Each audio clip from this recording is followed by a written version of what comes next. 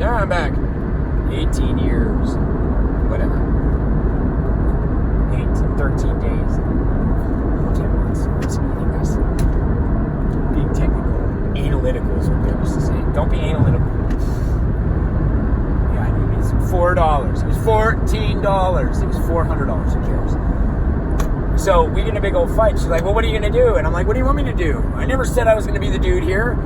I said I wasn't going to be the dude. I said, I love you. And I want you to be with me. But I'm not going to tell you to leave your husband. Because that just seems wrong to me. I wasn't laughing. There was no laughing. It was like throwing shit. I didn't think she... I never hit her. Ever. Which is another thing you don't ever do. Unless she fucking tries to fight you like a man. And everybody who's old school knows what I'm talking about. You never fucking hit a girl. Ever. And I'll be one to say, there was one time that it got bad enough that even she told me after, I would have hit me. She's probably right. She was probably right, because she was pretty off the edge in that moment, that one time. That's after present tense part of the story. But anyways, so she's like, well, what the fuck are you going to do? And like, if you're not going to do anything, just get the fuck out of here. And I wouldn't. And then somehow that turned into super hot, angry goodbye sex. And being fully forthright and honest. I haven't even thought about that in fucking years. But it was probably the most intense experience. And she said the same after, obviously, not then. That there's nothing like hate sex. Fuck you, sex. And then she bailed out of the hotel room. And I'm literally, it's like 10:30. Checkout's at 11:30 or whatever it is, 12. I'm sitting there and Harris looking out the fucking window, trying to figure out what I'm going to do. I don't know what I'm going to do. I want to go after her. I can't go home. I burned that bridge. I'm probably going to end up dead. I don't want her to leave, but I don't know what to do. So I didn't do anything. I just fucking sat there. I sat there and collected up the things she had left in the room. A couple of earrings and a note to me. A little box. Put in my pocket. I still have that box. It's my nightstand. Note and everything and the date. Later on, she put the date in. We got married, kind of, and then we got really married. But we got married, like, we exchanged vows on a hilltop. But anyways, yeah, it was like rainbows and unicorns and shit, like you said. Anyways, so I just sat there, waiting for the maid to kick me out. I don't know. I didn't know what the fuck I was going to do. I literally was fucking lost. And my inaction of action, my lack of action, led to the next 20-some odd years of my life. She came back because the brakes on the car were so bad that valet parking wouldn't get it. It was too dangerous to move. She didn't know what to do.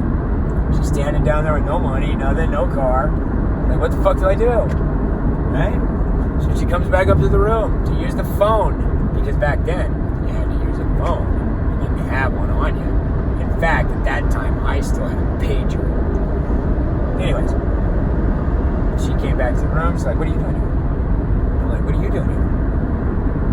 And she's like, the car's completely fucked. I can't, there's nothing I can do. I said, what am I going to do? She's all like, well, I don't know what to do. She's like, why are you still here? I didn't know what to do.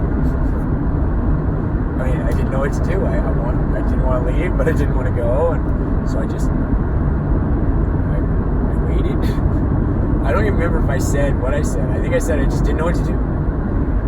And then somehow, after all that and all that yelling and all that bullshit, and there was some self-abuse in me in there. I was pretty fucking childish.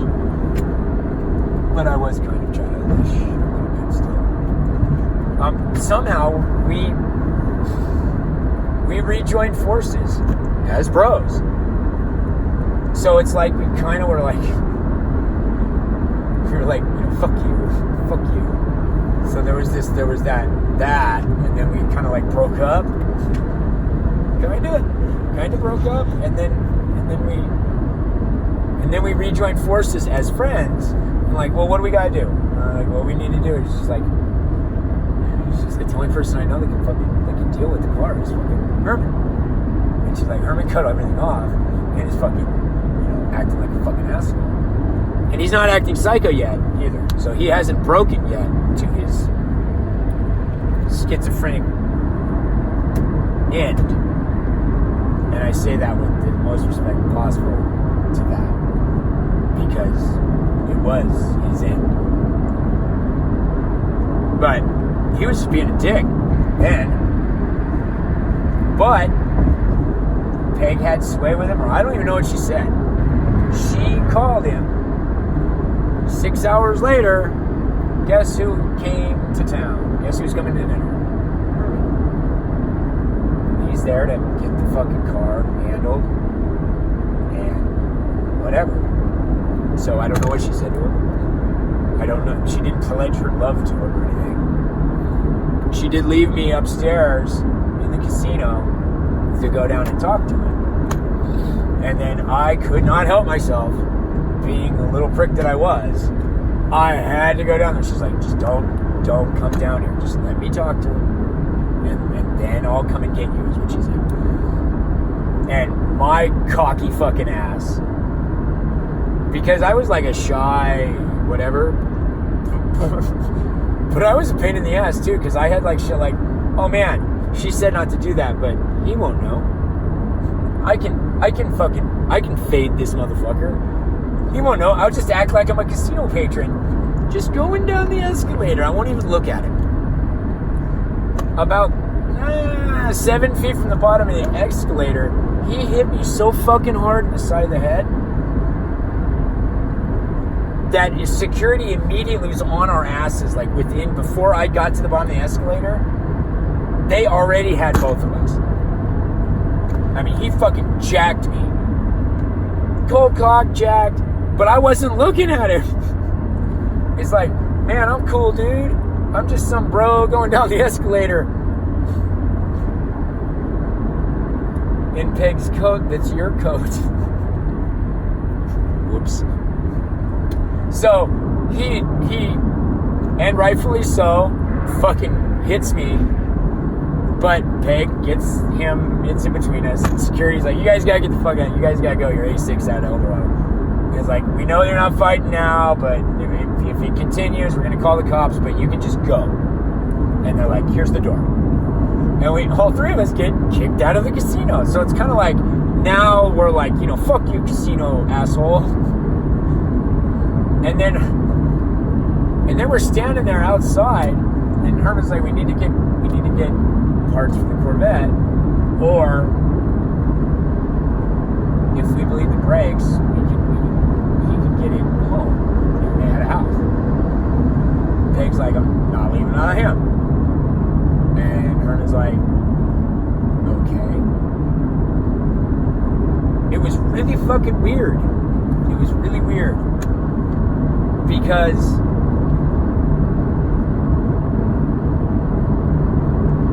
I don't know. It was he didn't like it. And he knew things probably had transpired or didn't. I don't know. But he was like, okay. I can kind of understand that now. Like, if you're all in, okay, I'm gonna let you rip my fucking heart out. But I don't think it was like that. I think he was going along. He was just going along. He was there. It's like, what's the next step? And he wasn't the smartest fucking guy. Peg had to tell him once the TV wasn't happening at the moment he was watching it. He wasn't the sharpest. He could build a fucking bike. He could build a fucking outstanding fucking motorcycle. But, you know, you ask him some pretty basic about just life, and he didn't grasp it. I mean, he just didn't understand. He hadn't been trained. His training was lacking. And that being what it was, there we are, have one big happy family. Me, Peg, her husband, separated, whatever, because they were separated, I guess. I mean, they had separated as far as she left. So here we are, driving in that 82 Corvette with fucking no brakes. So every hour, guess who had to lay under the front wheels and bleed the brakes with her? And guess who stood on the pedal? Yeah. So that was a fun trip, and then I got to ride in the back. And if you ever seen the Corvette, right in the back of that thing is kind of like being wrapped up in the road. You know, it's a lot like, you know, being a newborn baby. That being said, we drove back, and he packed and moved out. And then a couple months of me being there, and her, and me kind of living off the spoils of her getting money from him.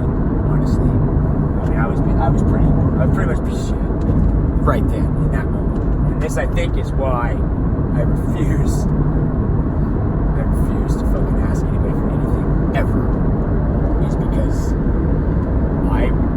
I totally milked that for a moment. You know, I did. You know, I was totally gaining the spoils of a relationship with her, the house, her, the car, you know, everything. I was fucking king shit, right? I was like, you know, gigolo, and he was paying my way from a distance. Well, anyways, a couple months ago, you know, we're just living on her, basically. He starts calling at night. A bunch of weird shit. Stop controlling the radio station. The FBI telling me stuff. Just totally nuts, psycho, schizophrenic shit. We've talked about that before. Just stuff that's just not real. I mean, it's like, that's insane, dude. So that happened like a couple times, and then she couldn't get a hold of him. And it's not like they talked a lot or there was like reconciliation. It was like, you know, how are we gonna fucking undo our marriage, right? So the cops called. So they found him on the freeway. No shoes, you know, disoriented, looked like he was homeless. 40 miles from his home, where his apartment, where he was living. He had walked, but had no reason why he walked. He was just bad shit, fucking crazy. He snapped at some point after he moved out, got an apartment, and was still going to work. He was paying the bills for the house and everything, and then he just stopped paying everything. He stopped going to work. She didn't know that. And then all of a sudden, he just stopped being there because he just decided to walk off. So they called her, and they're like, well, what do you want us to do? He's a threat. He's a threat to himself, to others. I mean, what? They don't know. And she goes down there, and under the guides of, you know, this is what you need to do, she committed him. For the 72-hour evaluation hold. So she signed him in. She had a real issue with that. She didn't want to do it. She's like, you don't do that. You don't commit your fucking anybody. You don't do that to your enemy. So she had a real issue with that. He was in the nut house, and he was fucking crazy. She went there and visited him, took him pictures of her and him. He didn't know who they were. His face, her face. So, he was down loopy land. And they pumped him up with whatever the fuck they did. Haldol, Zoloft, and fucking, cortisone. What the figure? I know Haldol, and I know Zoloft. And he came back, kind of. But not really. He came back, but he was way different.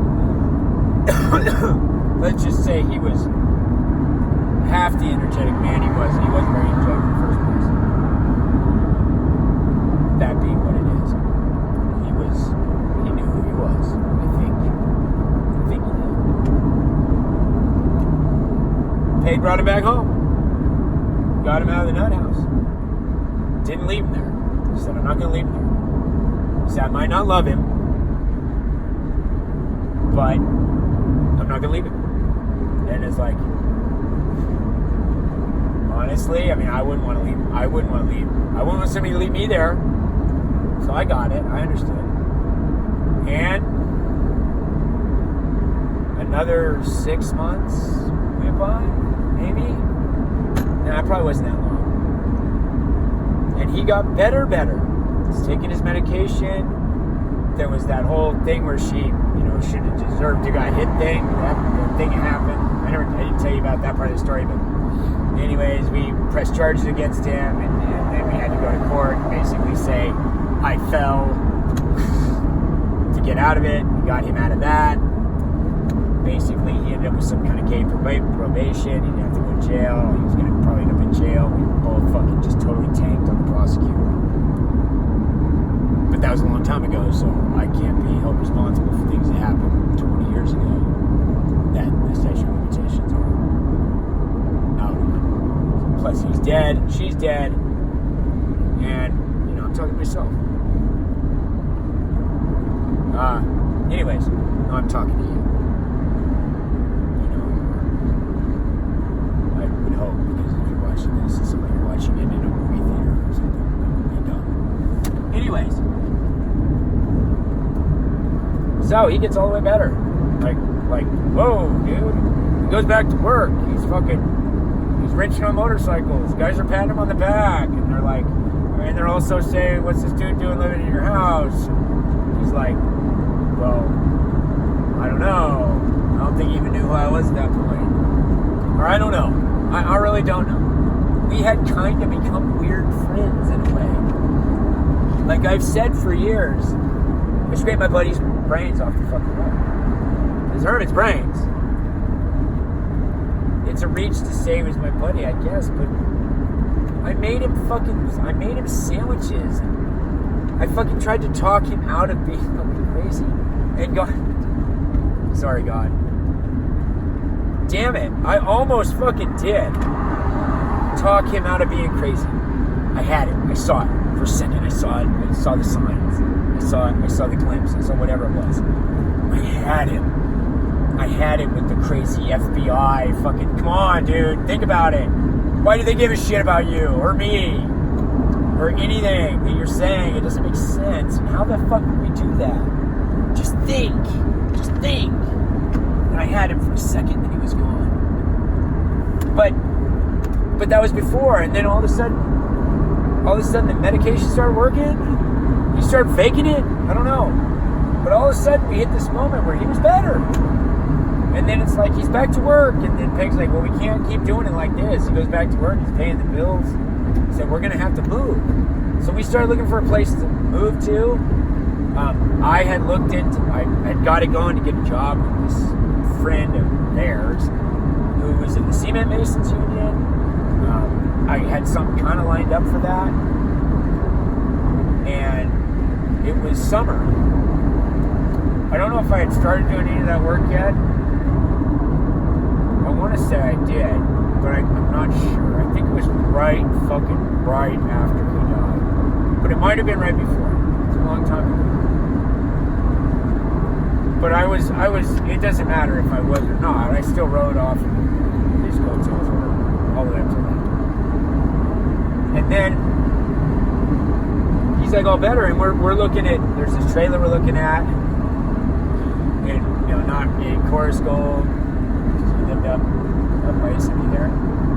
And then then Monday. Oh man. It's a fucking...